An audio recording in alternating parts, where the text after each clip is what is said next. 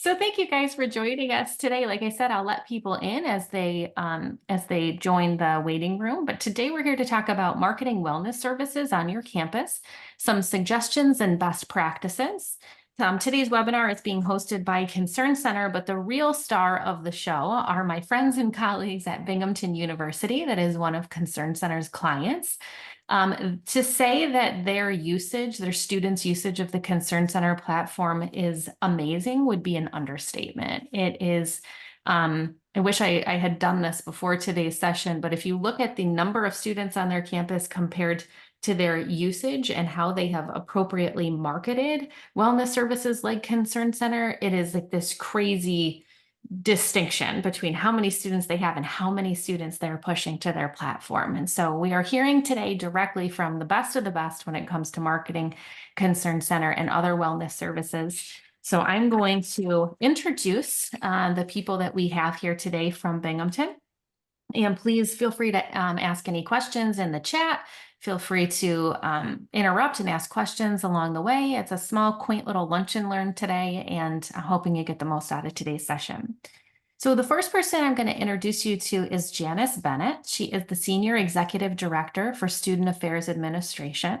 I'll give her a moment to talk a little bit about her role at Binghamton and how it relates with today's topic. We also have Laura Rendell, who's the Director of Student Affairs Communications. I like to say she's the wizard behind the curtain who does all of the really awesome things when it comes to their marketing efforts. And unable to join us today, but still here in spirit, is Colleen Cunningham Razal, who is their Associate Director for their care team. And they do have some notes from Colleen, who was not able to be here today, just about the ways in which ConcernCenter and other wellness services have impacted her role as the Associate Director of their Student of Concern team on campus. So with the two of you that I do have here today, if I could turn it over to you just to talk very briefly about your role, how it relates with ConcernCenter and marketing services on campus. And today I'll start with you, please, Janice. I'm not sure whether to say, I guess, good afternoon, good morning. We're kind of in that good lunch. Welcome. Yes, so my role, I work in the VP's office, and I am in charge of, I oversee all of our administrative functions. We are a large student affairs division, so as far as a lot of schools go, so we have a very large, it's like 30 departments. So I oversee finance, communications, HR, and everyone's favorite, transportation and parking services. Yeah. But anyway, as it relates to this, I oversee our communications team. We are very fortunate to have some dedicated communications professionals that just work for student affairs. It took us a long time to build to that. I've been on campus 25 years, and Laura, who will talk about her role, is our first director of that effort, and that took us, I don't know, probably 6 years, Laura, to get there, to be able to have an established director and some dedicated staff that just work in student affairs for marketing. So that has really, we're lucky, and that has really helped us be able to market the ConcernCenter platform, on campus and get the usage where it needs to be, I think. So yeah, awesome. And I'm happy to also talk a little bit about how having that division within your organization also assisted ConcernCenter in being able to be as successful as it could through its implementation process. It was just very seamless because you all have sort of dedicated people and support to that marketing effort. So that was really helpful to us as well. Laura, I'll turn it over to you. Yeah, so my name's Laura Reindl. As Erin said, I'm the Director of Student Affairs Communications. So I work under Janice and also have a team. So it's not just me. I have a team of probably, I guess, 4 communications people that report directly to me. Some of whom work with the care team and support the ConcernCenter that way. And then over the years, I've been in my position for 2 years. There have been others. Our Assistant Director of Marketing for Residential Life was really involved in the beginning of our marketing push for getting ConcernCenter off the ground a few years ago. I think we said, 2021 is when we launched ConcernCenter at Binghamton University. So I wasn't in my position yet at that point. I was just kind of supporting from a different position. But yeah, it's been a team effort. We work together to do the best we can. And I guess together we make up the wizard behind the curtain. I love that. This is great. So we have some questions that I've prepared initially just to softball pitch to Janice and Laura and get their feedback on. But again, if there's anything specific that you'd have questions about for today's webinar, please feel free to jump in at any time. So yes, of course, we're interested in hearing about your ConcernCenter usage and your ConcernCenter services, but I really wanted to frame this conversation around a bunch of different wellness services. And so I know for a fact that at Binghamton, you offer a bunch of different wellness services to your students. And I'm wondering if you could discuss what some of those wellness services are. Yeah, so I mean, we very much, I mean, we are lucky. We have a chief health and wellness officer who sits in our division, Joanne Fiore-Conti. And so we really take a holistic approach to wellness. We are big on the JED model using 9 dimensions of wellness. So we talk a lot about all of those kinds of things presented at a very high level to our senior officers, president's cabinet, and all the way down, you know, through faculty staff to also to students. Not, you know, as much to students because they don't tend to focus on that, but we spend a lot of time talking about student well-being. And so we, obviously we spend time, we have health and counseling. We have over 30 staff that work in the mental health between, we are lucky, we have a full-time psychiatrist on staff with a couple of, an NP and a case manager for psych cases, and then another 20 counselors on campus, as well as 6 case managers in our care team. So in terms of direct support to students for those kinds of things, I mean, we have a lot of that, and we spend a lot of time sharing with students all of the services that those folks provide. But then we also spend a lot of time talking about all of the other ways that students are supported, their wellness and their well-being are supported, academics, financial wellness, all of our opportunities programs have staff that are invested in supporting students in their well-being, and we really try to connect students where they are. We also implemented, 4 or 5 years ago, we have MSW interns that work for Res Life, so we have MSW interns right in our halls, and so that's also a first like kind of a first layer of check-in in the residential life we have about 7,400 beds on campus. So that helps.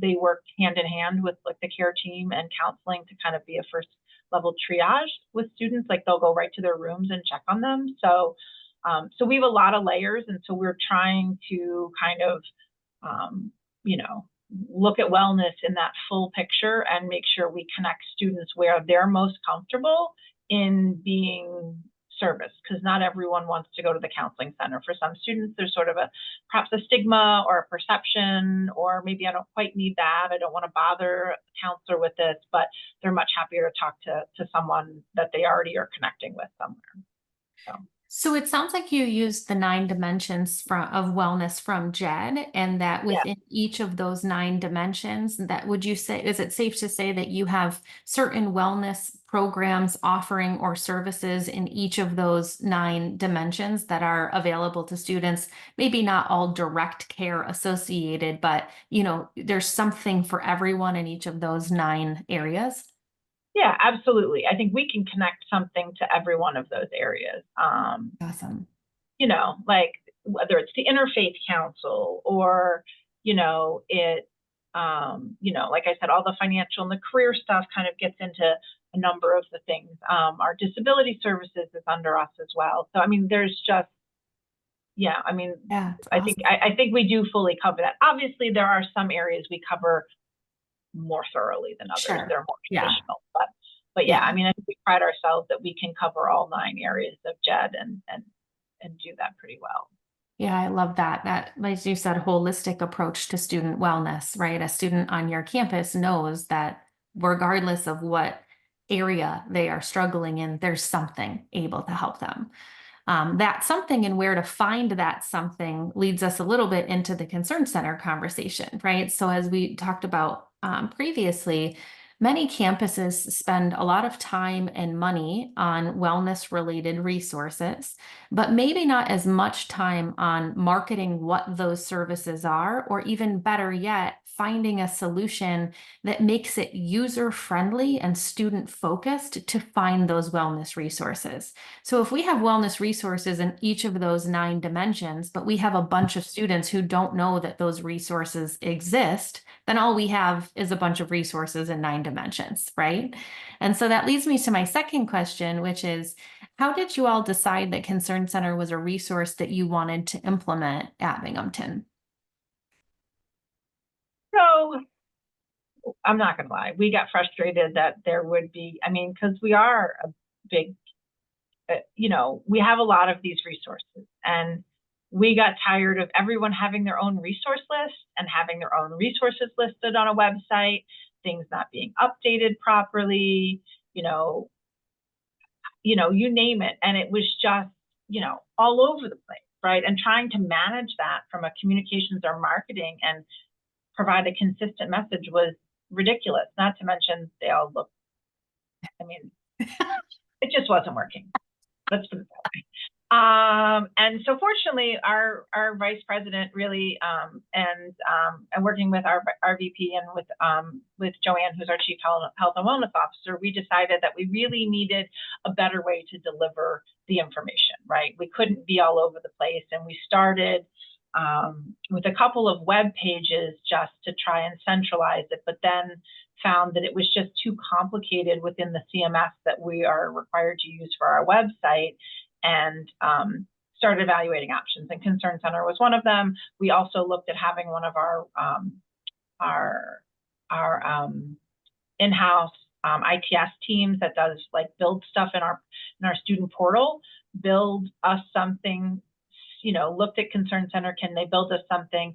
And quite frankly, they looked at us and said, it's gonna be a lot cheaper for you to use the ConcernCenter than pay for us to build something ourselves, because it's, it has everything you need and all the functionality. So we evaluated a lot of different options and really wanted to get to one place where we could direct students to say, if you need help, go here. And then, then you can get to where you wanted. And then ConcernCenter really worked for us with that. So Yeah. we started evaluating these things pre-COVID, but then because of COVID, I don't think we implemented until 2021. I think we started some of these conversations in 2019. Yeah, yep, I believe that to be true, yeah, as well. You raise a really interesting point, and one that I get asked a lot, which is, well, the cost of ConcernCenter is relatively low, but how come we couldn't just make this? And the answer is you absolutely can. However, as your IT department said, when you start to add up costs associated with an IT developer's time, the benefits, the upgrades, the product upgrades that are provided, keeping stuff up to date, right? And all of those types of things, the cost of ConcernCenter just becomes more and more nominal as you start to compare to other times and priorities that you all have. So I appreciate that acknowledgement from your IT team. We don't always get that. I will tell you, we do get a lot of people coming back and saying, we were going to take this on ourselves, and we've decided after a year or two that that ain't it. We just need to go with you. So I appreciate you acknowledging that too. So I remember being a part of those early conversations about ConcernCenter. I remember all of the information being just in a lot of different places, as you discussed, and in a lot of different sort of formats, if you will, and then trying to keep all of that information up to date sort of became a beast of a task. How was it that student affairs, or really like student of concern, was the area that you felt would be the best place to house this centralized information? Did that just make intuitive sense based on your organization structure? Yeah, I mean, I think, just evaluating the different platforms and the different options, it just seems like that made sense. And like many things, right, we say, well, we'll give it a shot. And, if the sales pitch is actually what happens, then this is great. That doesn't always happen with software. I'm not going to lie. We've put in a lot of softwares, a lot of places. And you go, oh, it doesn't work exactly like they told me. But I think we found that I'll let Laura acknowledge, because she is the wizard behind the curtain. I think it all worked really well. And it has been, while there was a big push. I mean, we did a lot of work to get things implemented. the upkeep and the responsiveness has been, when there have been issues, has been great. It really, on what, you know, again, getting over sort of the learning curve and the implementation, there was a lot of effort there, but I think it's been relatively simple to maintain and keep going. And, you know, it has just built momentum from a marketing standpoint. So that's been good. Laura, would you agree with that?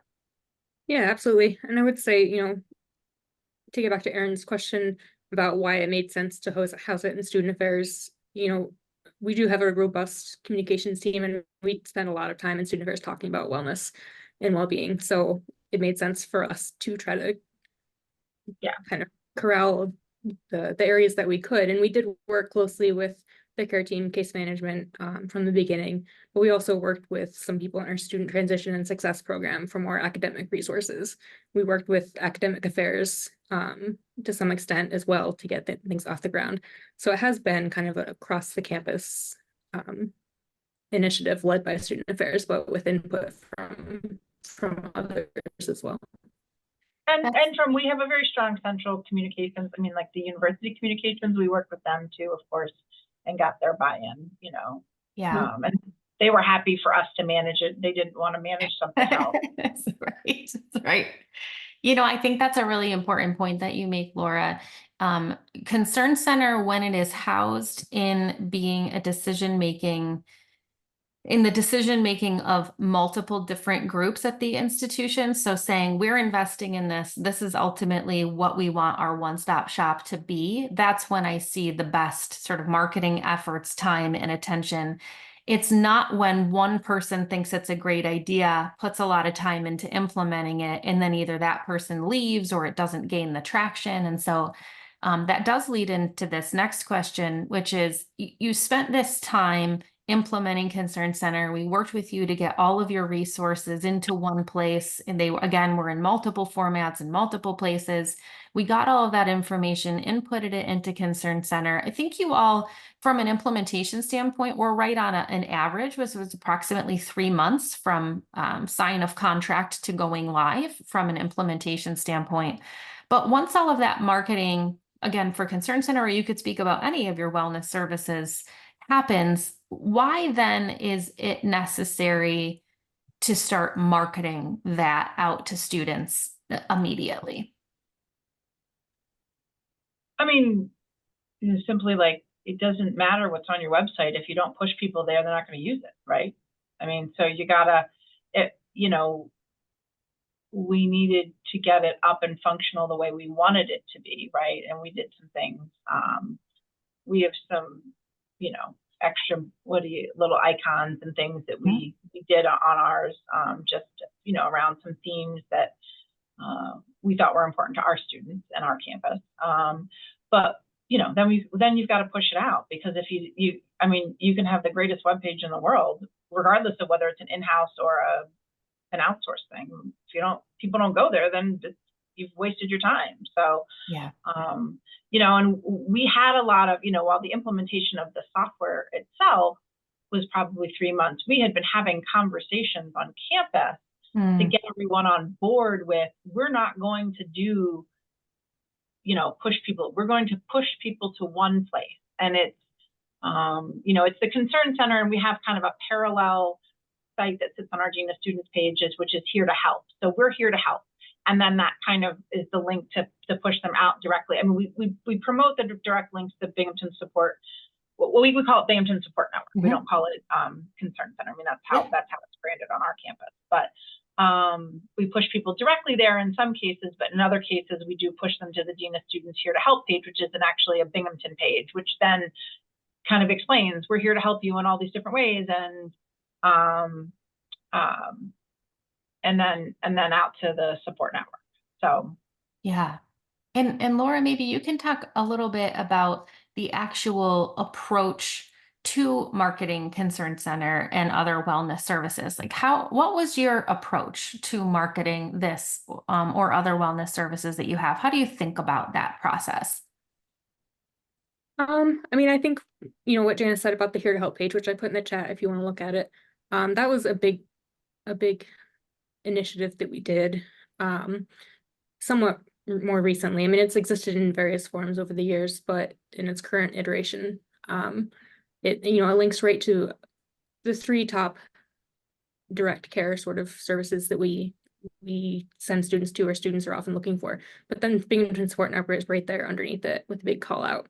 And I think, just sending it out as often as possible in as many ways as possible to as many students as possible is key. Basic marketing tenet is people have to see it multiple times in order for it to stick. Mm. So that's been one thing. We've done everything from posters to we have little cards that we send out through the care team and counseling center and such that have a list of phone numbers to common resources. And we've kept that because counselors said, we like to have this hard copy that we can hand to students in times of distress.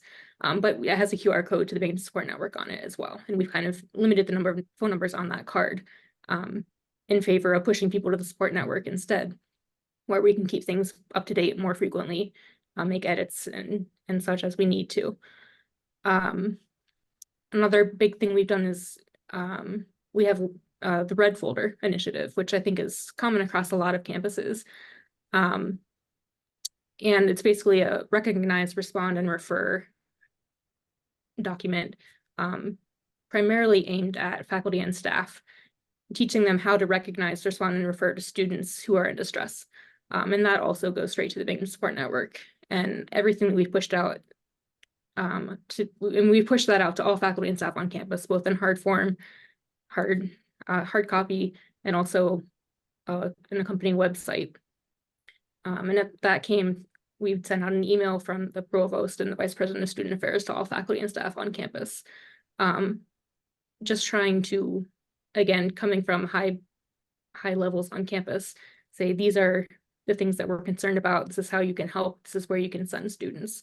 So really just trying to get it out as many ways as possible, through as many means as possible, and constantly changing it a little bit. We're going through a redesign right now where we're changing the flyers that we've put together that we send to staff across campus, sending people again with a QR code to the Binghamton Support Network flyers and digital signs that we put up across campus. What else? And those are the 2 that are coming to mind right now. But just kind of refreshing the design. Yeah. What's interesting about that is from a strategy perspective, it seems like in an upper level thought process, you were like, all students who are concerned about something need to just go to one central place, and they need to then use that place to branch out to the other places on campus where they can get support. And if I'm understanding you correctly, Laura, it sounds like the campaign, if you will, was built around that, right? Like the campaign was built around that concept. One-stop shop, right? Like that's what we wanted, was one place, right? There's so many students are inundated with so much information, and it's so hard for them to retain all of the stuff that happens on campus. And so if we could just get into their heads, there's something bothering you, just go here. That's all you need to know. Go here, and then it'll help you figure out your different options. And so that's really to keep it simple, because again, they get emails and social and all the things. They've got so much, going on. And the worst thing you can hear is to hear someone say, oh, I didn't know that existed. Mm-hmm. Like I didn't know that resource existed. If I had just known that 2 months ago, I might not be where I am right now. And so trying to keep it simple so that students can get help at different levels before it becomes a crisis. Yeah. And again, just that one-stop shop kind of mentality is, I think, really where we were coming from, to keep it simple and to have students be able to figure out what's available to them on campus, off campus, like, a variety of different things. So, yeah. And I'll say as well, it's come in handy the last year, well, since we've had it, but especially the last year, whether it be things happening across the world that are affecting our students, or things happening on campus that are affecting our students. When something happens, we have a place, this Here to Help website, and by extension, the Binghamton Support Network, where we can say, is something bothering you? Are you having an issue? Do you have a concern? Go here. Yeah. And we send that out. The president of the university has sent that out in an email to all students on campus. So it's really been handy to have that one place where we can send people regardless of what's going on. And we do spend some time, not just directly to students, but to parents and also to students to say, do you have a friend that needs help? Are you not sure how to help them? Here's, go here, and faculty and staff who, academics who, they might have been on campus 20 years, but they still have no idea where to send students when something comes up sometimes beyond, necessarily just, okay, well, yeah, there's a counseling survey, So, we really push it out to people that support students too, right? Like whoever that might be in any way, shape, or form. We have a monthly parent newsletter and other things that go out. And again, just trying to get to people to say, like, we have lots of ways to help students, and it's all listed here. So big or small, take a look. Yeah.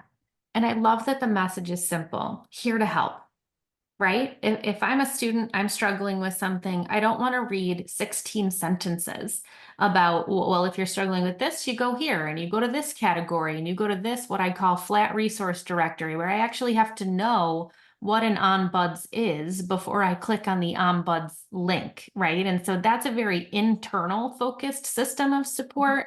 And I love what you've done is this umbrella strategy of we're here to help.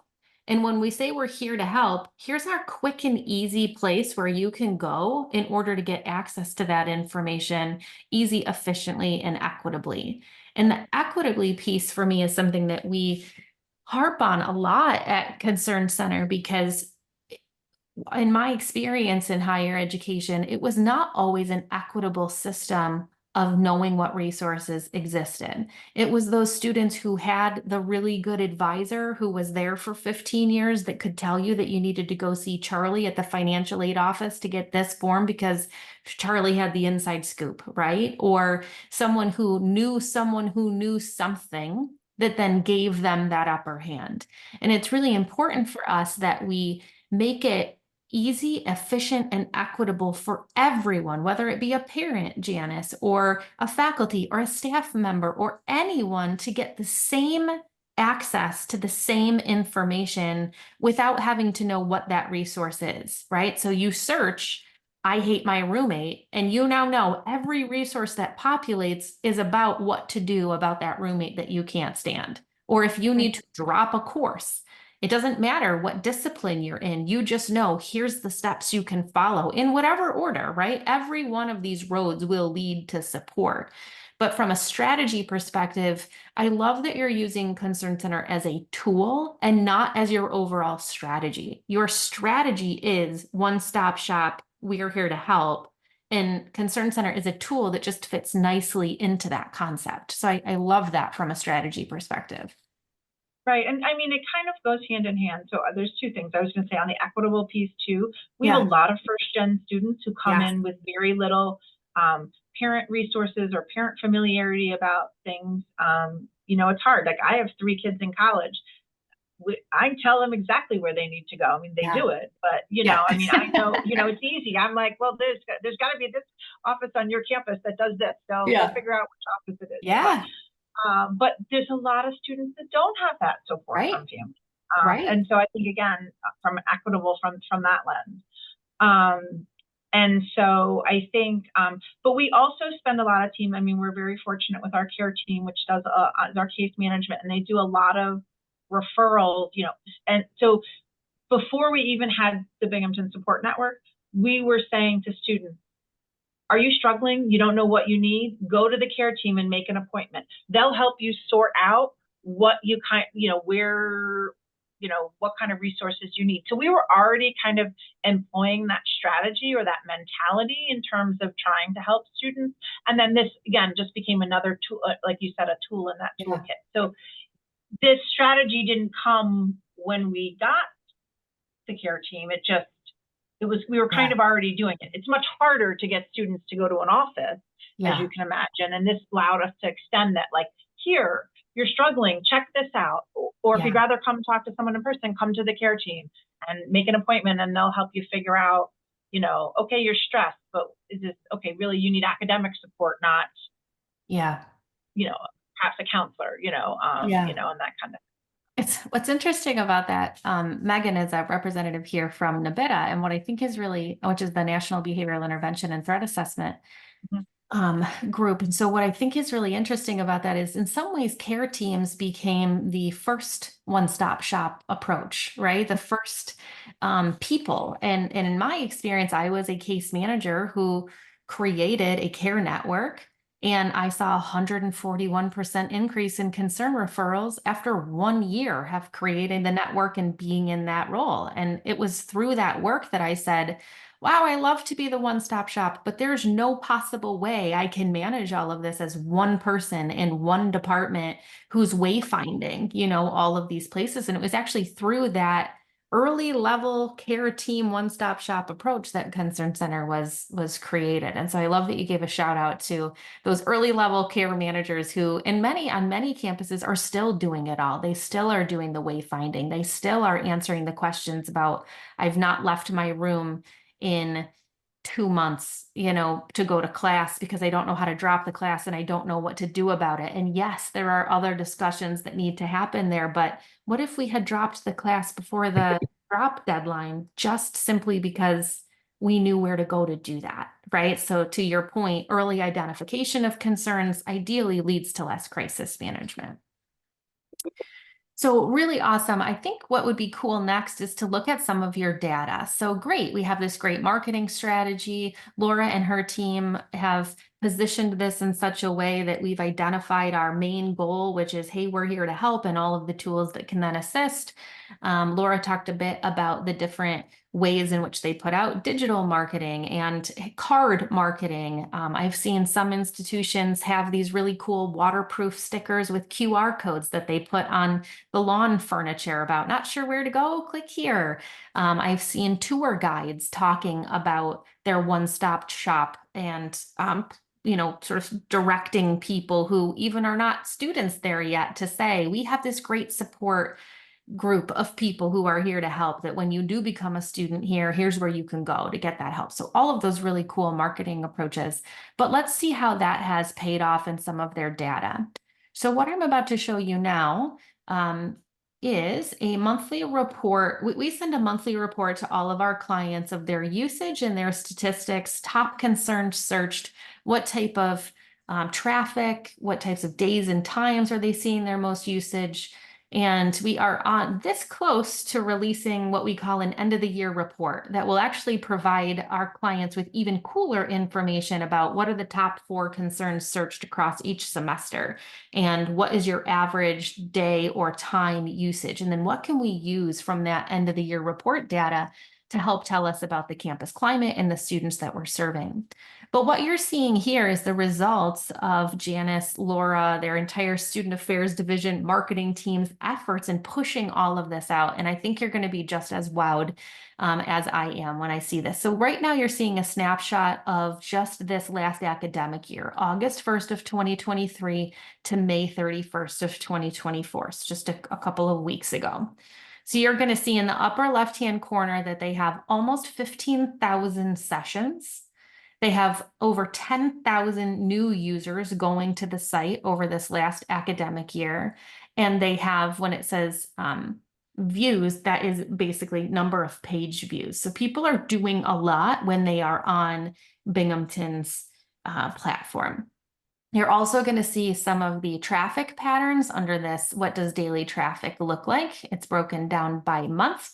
And so I think you might be able to speak to this better than me, Laura, but usually what we see in this area is right before midterms, right before finals, when students first arrive at campus. You love this little spike right here. I guarantee you it's like when students are arriving on campus, or when their parents are doing some more searching. Sometimes mid-semester breaks, and then we see it tail off a little bit over the summer months, which makes perfect sense. And so this is typically what I see from this type of data. We see here what days and times the users are most active, including the times. So for you guys, it looks like it is between noon and 4 p.m., so midday, which always surprises me. When I created ConcernCenter, thought to myself, this would be a tool that was used at 2 in the morning when people didn't know where to go on campus. There is not one platform over all of the platforms that we use nationally that I see peak data times between midnight and 4 o'clock in the morning. It is always during the crux of the day when places are open, operating, and when students have access to being able to go and knock on a door and say, hey, where is such and such an office? That to me says that the ConcernCenter platform from a marketing perspective is saying, hey, I'm here for you when you're on campus. I'm here for you during all hours of the day. I'm here to support you, when you need access most to knowing where to go and at a time that is most convenient for you. We have a page view breakdown here of which pages students are looking at most often. And then on the second page here, you're going to see search terms and how often they are searched. So almost 700 search terms were identified over the course of this academic year. And you're going to see that the top concerns here, anxiety, mental health, stress, depression, closely by the term academic, are what we see most often at Binghamton. So Janice and Laura, let me open this up to you. This is super impressive data comparatively, but what could you say about this data based on all of your marketing efforts? Well, I would say, the August spike is not surprising. There's a question in the chat about whether or not we market this to parents, and we do. One of the ways we do that is through orientation. We have a family session that talks about mental health and such, and Binghamton Support Network is always debuted kind of there and shown off to parents.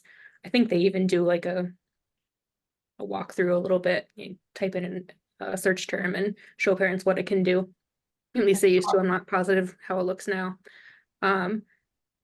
So we do that, at orientation. I think they also show it to students during orientation. So that spike there is definitely in large part because of orientation, which makes sense. And then November would be around midterms, I would say, or even towards the end of the semester when students are getting concerned about grades and finals and all that stuff. I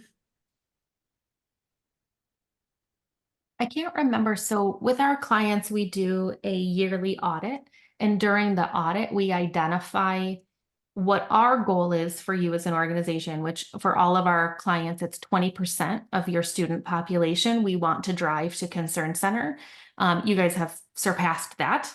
And it's a nice green, shout from the rooftops whenever we show it on your yearly report. But I do believe that a lot of the marketing efforts that you're doing from, again, this strategic standpoint of identifying what is our main topic that we want to get across to students, and then how do we filter our marketing efforts for our wellness services to that main mission, and then how do we then successfully drive students to those things via those other channels that you talked about, greatly plays into what we're seeing in terms of your crazy numbers. You are funneling, in my mind, everyone to the one central location to make sure that they have access to the information that they need. Whereas if you weren't doing that funneling from a marketing approach, I think we'd see much more disparate, just clicks over here, clicks over there, which is fine, again, for a privileged group of people that know about those specific resources, but doesn't really funnel them into the specific resources that they need. Would you both agree with that? Yes, I mean, I think that's, again, just sort of central to what we do. I mean, and we have, we launched it and then we made a pitch. It's now on the student portal, right? On our student portal on the left-hand side, there's a list of navigation where there's all the different resources. We've gotten it on there. We're looking at starting a parent portal, and we're hoping that we can link it and drop it right in there as a feature. So it's just becoming just part of, it's not even, I guess when we started, it was sort of a separate thing. Like, we're going to go here, and it's like, okay, it's not on our website. And there was all these discussions politically about it's on a .com, not on a .edu, and everyone has just bought into it and thinks it's great. I mean, our president does an annual State of the University address, and he's featured some of the data from Binghamton that, he's featured the Binghamton Support Awesome. Network in that, in terms of some of the, high level things that they're talking about in terms of our support of students and, and our campus does take well-being seriously. And so, I mean, I think that, and it is really integral, is one of our, there's wellness data that is a part of our strategic planning and the university's, strategic priorities. So we're fortunate that the campus takes that perspective. And so that we, that has made our sell to do this, and take this approach a little bit easier in terms of like sort of campus politics, because we all have them. Yeah, absolutely. And what, but yeah, I mean, so, again, we're hoping as we start on this next parent portal, I know, Erin, we talked about maybe trying to get you and this other company, to connect, and so we can like link the stuff, and that would be great. So yeah, we love that. Yes, we are always happy to talk with other companies about how can we integrate this more, and our goal as a company is get wellness services in the hands of students easily, efficiently, and equitably. Any way we can do that by partnering with whatever systems already exist, that's a goal for us, right? I think we could leave people today. What would be interesting for me if I was a participant is what are the top 3 most important steps that I, as an institution, should be considering when I'm marketing any wellness solution to students? So could you two speak to that? I would say start with buy-in across campus. It started from the beginning discussions, talking with ConcernCenter, talking with case managers, talking with academic resources. And they all now help us market it and help us send it out to students, parents, faculty, and staff. So that would be a big one for me, is getting that buy-in. And we started out with some of it, but it's really proven itself as a useful tool over the couple of years that we've had it, or the few years we've had it. So it's just continually kind of proven to people who maybe weren't 100% sure it was the right solution at the beginning of the process, that it is in fact super helpful and working well for our students. I would also say continual reminders. Like I said, we're kind of revamping our marketing approach design right now, just because we feel like it's getting a little tired. Students have seen it a whole bunch, so now we're going to try something a little different from a design perspective. But just getting it out there as much as you can. Like I said before, it takes a while sometimes for things to sink in. So as much as you can get it out there in as many ways as you can get out there, the better. And then integrating it into existing marketing and programming. Like I said, with the Here to Help card that the Counseling Center has given out and the case managers give out, the Red Folder Initiative.